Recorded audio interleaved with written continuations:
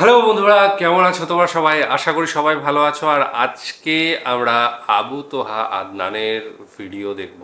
তার ভিডিও আমরা এর আগে দেখেছি অনেকবার এবং ভীষণ অ্যাপ্রিসিয়েট করেছো তোমরা। আশা করি আজকের ভিডিওটাও ভীষণ ভালো লাগবে। গতদিন আমরা মেজানুর রহমান আজহারির একটা ভিডিও দেখেছিলাম, ওয়াজ দেখেছিলাম। আজকে আবু তোহা আদনানের, এবং যে ভিডিওটা দেখছি সেটা হচ্ছে পিরামিড সম্পর্কে অজানা তথ্য যা আগে কেউ বলেনি। তো পিরামিড সম্পর্কে কি তথ্য দিচ্ছেন সেটা নিয়েই আজকের ভিডিও, আমরা জানবো আরও কিছু। তো চলো ভিডিওটা দেখে নিই, তারপর আরও কথা হবে। যদি খালি মাথার মধ্যে নেন যে ফেরাউনের সময় যে পিরামিডগুলো কিভাবে তৈরি হলো, আপনার মাথা ঘুরে যাবে। এখনও আমরা এটা মিস্টেরিয়াস, মানুষ বের করতে পারছে না কিভাবে তৈরি হলো। আমরা তো বলি এখন গণিতের যুগ, খুব এগিয়ে যাওয়ার যুগ। এত সহজ ছিল না এই পিরামিডের গাণিতিক ক্যালকুলেশন মেলানো। গত লেকচারে বলেছিলাম যে বিশ্বের সবচেয়ে বড় বড় সেক্টরগুলো, যেমন অ্যালগোরিদম, যেটা ছাড়া আপনি এই বিশ্বের কোনো ডিজিটাল বিষয় করতে পারতেন না, এটা আসছে মুসলিমদের হাত থেকে। এই যে জাহাজ শিল্পের কথা বলেন, এক্সপোর্ট ইম্পোর্ট পুরোটাই কলাপস করতো জাহাজ শিল্প না থাকলে। এটা এসেছে নূহ আলাইহিস সালামের হাত দিয়ে। বিশ্বের ইতিহাসে এর আগে কোনো নৌযান তৈরি করা হয় নাই, হয়েছে? হয় নাই। এই যে আমরা বলি যে কেমিস্ট্রির কথা, জাবর ইবনে হাইয়ানের নাম শুনেছেন কিনা? কেমিস্ট্রির যে পর্যায় সারণীর মূল তত্ত্ব তিনি দিয়েছেন। ভূগোল, এই ভূগোলের জিওগ্রাফিক্যাল ম্যাপসগুলো মুসলিমরা দিয়েছে। মেডিকেল সায়েন্সের কথা বলেন, ইবনে সিনার বইগুলো পড়ে দেখেন, ওগুলো ছিল বেসিক বই। আপনি পাটিগণিতের কথা বলেন, বীজগণিতের কথা বলেন, সবগুলো তাদের। এই যে আমাদের অ্যাস্ট্রোনমি, জ্যোতির্বিদ্যা, এগুলো মুসলিমদের হাতে। বিশ্বের এমন কোনো সেক্টর নাই জ্ঞানের। ফিলোসফি, এই যে আপনি রাজি রাহিমাউল্লাহ তার বইগুলো পড়ে দেখেন, ইমাম গাজ্জালির বইগুলো পড়ে দেখেন, ফিলোসফির মূল থটসগুলো তারা দিয়েছিলেন। এখন কি হয়েছে, এগুলোকে সরিয়ে দিয়ে আমরা পশ্চিমা দর্শনগুলো চর্চা করি যেহেতু, আর সবাইকে গিলানো হচ্ছে এগুলোই সভ্যতা, এর বাইরে কোনো সভ্যতাই ছিল না। যে সভ্যতা এখনও ছেলে ছেলেতে বিয়ে করে, এরা মানুষকে সভ্য বানাতে চায়। দুর্ভাগ্য এখানে, ওরা এখনও ছেলে ছেলে বিয়ে করে এবং বলে যে এটা হচ্ছে বাক স্বাধীনতা, ব্যক্তি স্বাধীনতা, ব্যক্তি স্বাধীনতা। তো যে কওমে লূতকে এই সমকামিতার কারণে আল্লাহ পাক মাটিটা উপরে তুলে আবার ধসিয়ে দিলেন, ওখান থেকে আমাকে এখন মানবতার শিক্ষা শিখতে হচ্ছে। এরা মানবতার ধ্বজাধারী হয়ে আছে এখন, যাদের হাতে সারা বিশ্বের হাজার হাজার না লক্ষ লক্ষ মানুষের রক্ত লেগে আছে, রক্ত, ব্লাড। এবং এই ব্লাডগুলো ইনোসেন্ট মানুষের ব্লাড, নিষ্পাপ মানুষের ব্লাড, নিষ্পাপ শিশুদের ব্লাড লেগে আছে। ওদের কাছে আমাদের শিখতে হচ্ছে এখন যে মানবতা কাকে বলে। এর চেয়ে দুঃখের আর কি আছে মুসলিমদের জন্য? যারা সারা বিশ্বে সুদ খাওয়াচ্ছে মানুষকে, ওদের কাছে শিখতে হচ্ছে যে অর্থনীতির প্রোগ্রেস কেমন করে হবে। কথা বুঝতে পারেন না হয়তো, বুঝবেন ইনশাল্লাহ একদিন। তো আসলে বিষয়টা এমন না, বিষয়টা হচ্ছে যে ইসলাম আল্লাহ পাক দিয়েছেন প্রাচীন কাল থেকেই, এবং আধুনিক পর্যন্ত ইসলাম আছে। এর বাইরে কিছু মতবাদগুলো চলছে, এগুলোকে আমরা ইসলামের সাথে গুলিয়ে ফেলেছি আর কি। কারণ এগুলোর বাহ্যিক চাকচিক্য আছে, দেখে মনে হয় যে বস্তুবাদী সভ্যতা, mills and factories and finance, economic sector অনেক স্ট্রং, অনেক মিলিটারি পাওয়ার, পারমাণবিক ওয়েপন্স, এগুলো দেখলে মানুষের চোখ ধাঁধিয়ে যায়, মনে হয় যে বাপরে বাপ কি একটা অবস্থা, তাই না? এটা বিগত জাস্ট 200 বছরের হিস্ট্রি। এর আগ পর্যন্ত আপনি যা দেখবেন সবই ইসলাম। লাস্ট 200 বছরে কি হয়েছে? লাস্ট 200 বছরে আমরা আমাদের খিলাফা হারিয়ে ফেলেছি। মুসলিম যুবকরা নামাজ ছেড়ে দিয়েছে, সুন্নত ছেড়ে দিয়েছে, কোরআন থেকে আমরা দূরে সরে আসছি। ইসলামের দায়িত্ব দিয়ে দিয়েছি শুধু আলেম ওলামার কাঁধে, তারাই ইসলাম পালন করবে, আমরা এর মধ্যে নাই। ঠিক আছে? আমাদের মা বোনরা পর্দা ছেড়ে দিয়েছে, হাজরার মতো স্ত্রী নাই ঘরে, ইসমাইলের মতো সন্তান হচ্ছে না, ইব্রাহিমের মতো পিতা নাই, সন্তান হচ্ছে না। বস্তুবাদী, সারা জীবন দুনিয়া নিয়ে ব্যস্ত, বাড়ি গাড়ি, টাকা করে, স্ট্যাটাস, দ্যাটস অল। আমাদের এখন চিন্তা ভাবনা এরকম। যুবকরা দেখবেন এই যে ফিফা টিফা নিয়ে পড়ে আছে, নেইমার মেসি নিয়ে পড়ে আছে। ওদের চিন্তাই নাই যে আল্লাহ পাক যে তাকে পৃথিবীতে পাঠিয়েছেন দিনটা প্রচার প্রসার প্রতিষ্ঠা করার জন্য, ফিকিরই নাই। তো কেন হবে না আমাদের অবস্থা এখন এমন, সেটা বলে না। কত পার্সেন্ট মানুষ দেখাবেন নামাজ পড়ে 5 ওয়াক্ত? কত পার্সেন্ট মুসলিম দেখাবেন যে কোরআনটা বিশুদ্ধ করে তেলাওয়াত করতে পারে? যে জাতি কোরআন তেলাওয়াত করতে পারে না, ওই জাতি বিজয় পাবে নাকি? একটা বই লিখে আছে, একটা কমন মানে একটা ফেস, অনেক বই দেখেছি, একটা বই দেখলাম সেদিন, যে অমুসলিমদের ব্যাপারে বলা হচ্ছে তারা হচ্ছে একটা ওর্স জিনিস, মানে যেটা একটা খারাপ জিনিস, এর সফল প্রচারক।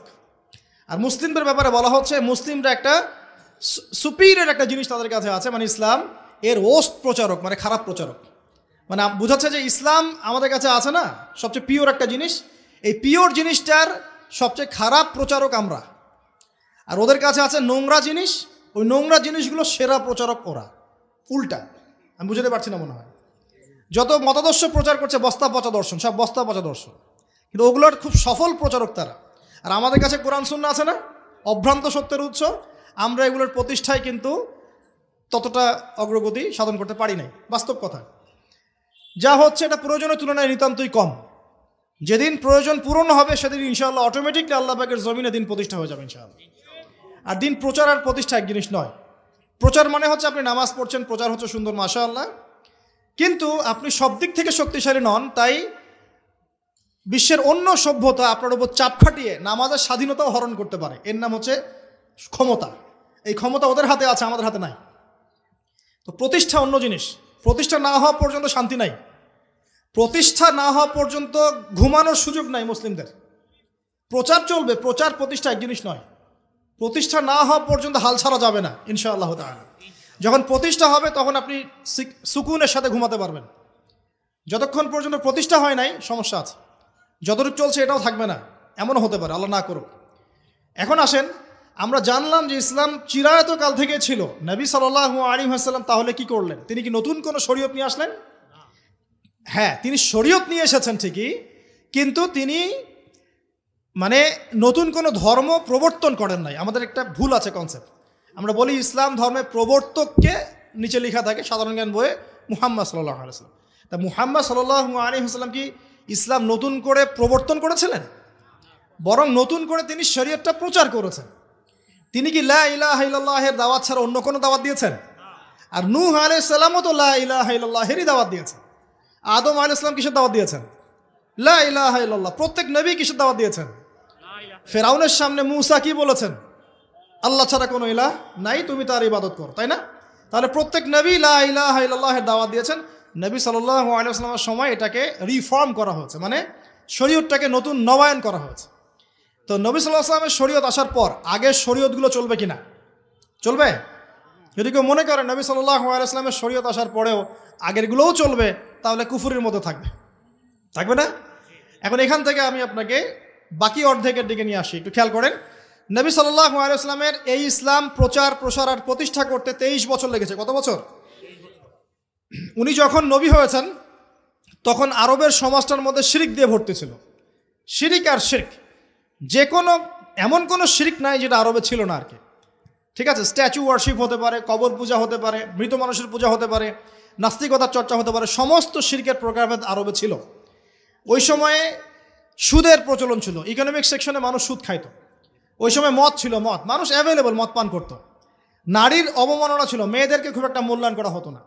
আর গোত্রীয় হানাহানি ছিল, মানে গোত্রে গোত্রে হানাহানি। একটু অবজার্ভ করেন, এই 5টা সমস্যা কি এখন নাই? এখনকার বিশ্বে নাই। বরং শিরকের এখন গ্লোবালাইজেশন হয়েছে, হয় নাই? ইকোনমিক সেকশনে সুদের গ্লোবালাইজেশন হয়েছে না? এখন একটা জায়গায় সুদ সীমাবদ্ধ নাই, সারা বিশ্বের মানুষ খাচ্ছে, খাচ্ছে না? মাদক কি একটা জায়গায় সীমাবদ্ধ আছে? না, সারা বিশ্বের মানুষ খায়, ছড়িয়ে দেওয়া হয়েছে। ছড়িয়ে সীমান্ত অঞ্চলগুলোতে গিয়ে দেখবেন দেধার সে মাদকের প্রবেশ হচ্ছে, হচ্ছে না? খাচ্ছে কারা? এই যে নেইমার আর মেসির ফলোয়ার যারা, ওরা খাচ্ছে না? খাচ্ছে। এরা কি মুসলিম না মুসলিম? এদের বাবা মুসলিম না মুসলিম?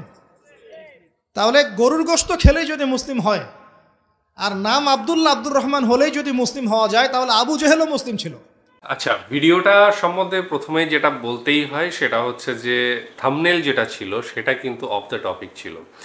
কারণ হয়তো বলেছে একবার এইটা নিয়ে, পিরামিড নিয়ে, কিন্তু সেটা নিয়ে পূর্ণ আলোচনা কিন্তু এই ভিডিওটাতে ছিল না।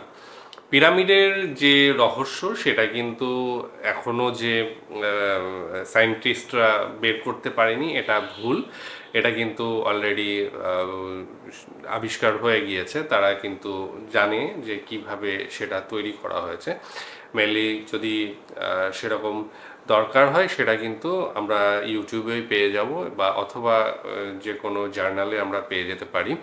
এবং আমার এটা অনেক আগে দেখেছি, আমি কোথাও দেখেছি এই মুহূর্তে মনে পড়ছে না, কিন্তু এটার যে সায়েন্টিফিক ব্যাখ্যা রয়েছে সেটা কিন্তু অলরেডি পাওয়া গিয়েছে। ঠিক আছে, এবং সেটা একটু কষ্টসাধ্য ছিল যে প্রসেসে তৈরি হয়েছে।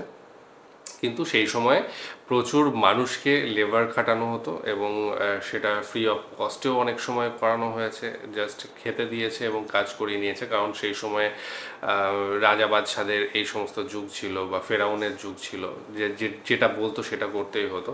এবং পুরনো যুগে এই ধরনের প্রচুর বড় বড় বিল্ডিং রয়েছে যেগুলোতে প্রচুর মানুষ কাজ করেছে। পিরামিডের ক্ষেত্রেও কিন্তু কিভাবে সেটা তৈরি করা হয়েছে সেটা যেরকম আশ্চর্যের ছিল, প্রচুর মানুষে সেখানে কিন্তু তাদের শ্রম দিয়েছে এবং সেই জায়গায় কিন্তু কিভাবে জিনিসটা তৈরি হয়েছে সেটার পূর্ণ ব্যাখ্যা রয়েছে, এখন রয়েছে, এক সময় হয়তো ছিল না সেটা নিয়ে।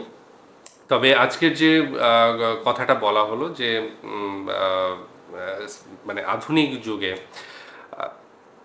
যে পরিস্থিতি হয়েছে, অন্যান্য ইসলামিক কান্ট্রিগুলো পিছিয়ে গিয়েছে এবং অন্যান্য যে সমস্ত ওয়েস্টার্ন কান্ট্রি রয়েছে তারা এগিয়ে গেছে, তার পেছনে কিন্তু শুধুমাত্র আমার মনে হয় না যে ধর্মকর্মটা রয়েছে। শুধু ধর্মকর্ম করে কিন্তু এই জায়গায় আসতে পারেনি। আজকে তারা বিজ্ঞান চর্চা করেছে তার এবং সাথে সাথে শিক্ষা দীক্ষায় তারা এগিয়েছে।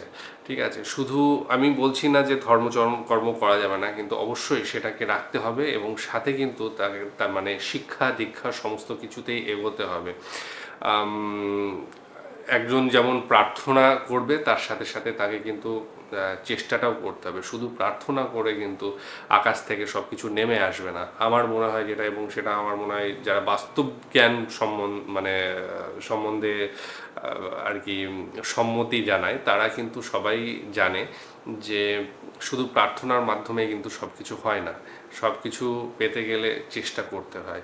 এবং সেই চেষ্টাটা আমার মনে হয় যে তাদের মধ্যে ছিল এবং একটা সময় পরে গিয়ে আজকে শিক্ষা দীক্ষা যদি না থাকে কারোর মধ্যে, তাহলে কিন্তু নতুন আবিষ্কার সম্ভব নয়, নতুন কিছু বের করে আনা সম্ভব নয়। তার মধ্যে জানার ইচ্ছা, অন্য কিছু যদি জানার ইচ্ছা না থাকে, সেটাকে নিয়ে না আসার চেষ্টা করে, তাহলে কিন্তু সেটা সম্ভব নয়। একটা সময় আরবে ছিল, আরবের মানুষজন এই বিভিন্ন জায়গায় ঘুরেছে, বিভিন্নভাবে বিভিন্ন জ্ঞান অর্জন করেছে এবং আমরা দেখেওছি আরবে সেই সময়ে যে সমস্ত বিদ্বানরা বিভিন্ন জায়গা থেকে গিয়ে সেখানে গ্রন্থ যে সংকলন রয়েছে, সেই কি বলবো গ্রন্থাগার, সেই বিরাট গ্রন্থাগার একটা ছিল।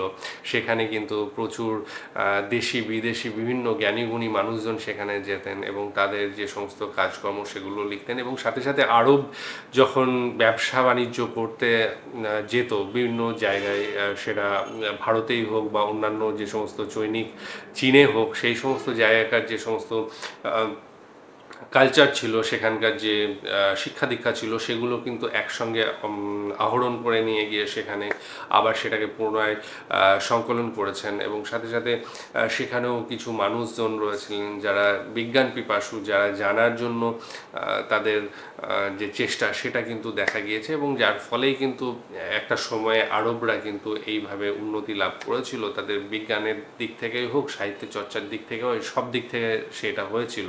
কিন্তু একটা সময় পর থেকে সেইগুলো আস্তে আস্তে বন্ধ হয়ে যায় এবং যেটা ওয়েস্টার্ন কান্ট্রিতে আমরা প্রথম দিকে দেখতে পাই যে গির্জার বিরুদ্ধে গিয়েছিল অনেক সময় মানুষ এবং তাদের শাস্তি পেতে হয়েছে, যেটা হচ্ছে আর্কিমিডিসের ক্ষেত্রে বা অন্যান্য যে সমস্ত বহু জনের ক্ষেত্রেই হয়েছে। মানে একটা ছিল এবং একটা বলেছে, তো এই ক্ল্যাশটা এসে গিয়েছে, যার ফলে কিন্তু তারা সরে আসতে বাধ্য হয়েছে এবং একটা সময় গিয়ে সেই জিনিসগুলো আস্তে আস্তে আস্তে আস্তে বন্ধ হয়ে গিয়েছে এবং এখন আবার হয়তো বা নতুন করে চেষ্টা করছে। কিন্তু একটা জিনিস পরিষ্কার, সেটা হচ্ছে যে আমার কাছে অন্তত সেটা হচ্ছে যে, এবং ওই যে বললাম যুক্তিসম্পন্ন সবার কাছে, যে শুধু প্রার্থনাতে হয় না, অবশ্যই প্রার্থনা থাকবেই, ঈশ্বরের প্রতি প্রার্থনা থাকবে, কিন্তু তার সাথে সাথে নিজেকেও চেষ্টা করতে হবে। নিজেকে চেষ্টা না করলে কোনো কিছু সম্ভব নয়। শুধু চাওয়াতেই কিছু এসে যায় না। সে ঈশ্বরও জানেন যে তুমি যদি চাওয়ার চেষ্টা মানে পাওয়ার চেষ্টা না করো, তোমাকে দিয়ে লাভ নেই। তো সুতরাং তোমাকে চেষ্টা করতেই হবে এবং যার ফলেই তুমি সেটাকে আয়ত্ত করতে পারে। যাই হোক, তোমাদের মতামত জানাবে এবং সাথে সাথে আরও কী ধরনের ভিডিও দেখতে চাও সেগুলো কমেন্ট সেকশনে জানিও, আমরা সেটা নিয়ে আসবো। আজকের ভিডিও এখানেই শেষ করছি, আগামী দিন আবার আসছি অন্য কিছু নিয়ে। ততক্ষণের জন্য স্টে টিউনড।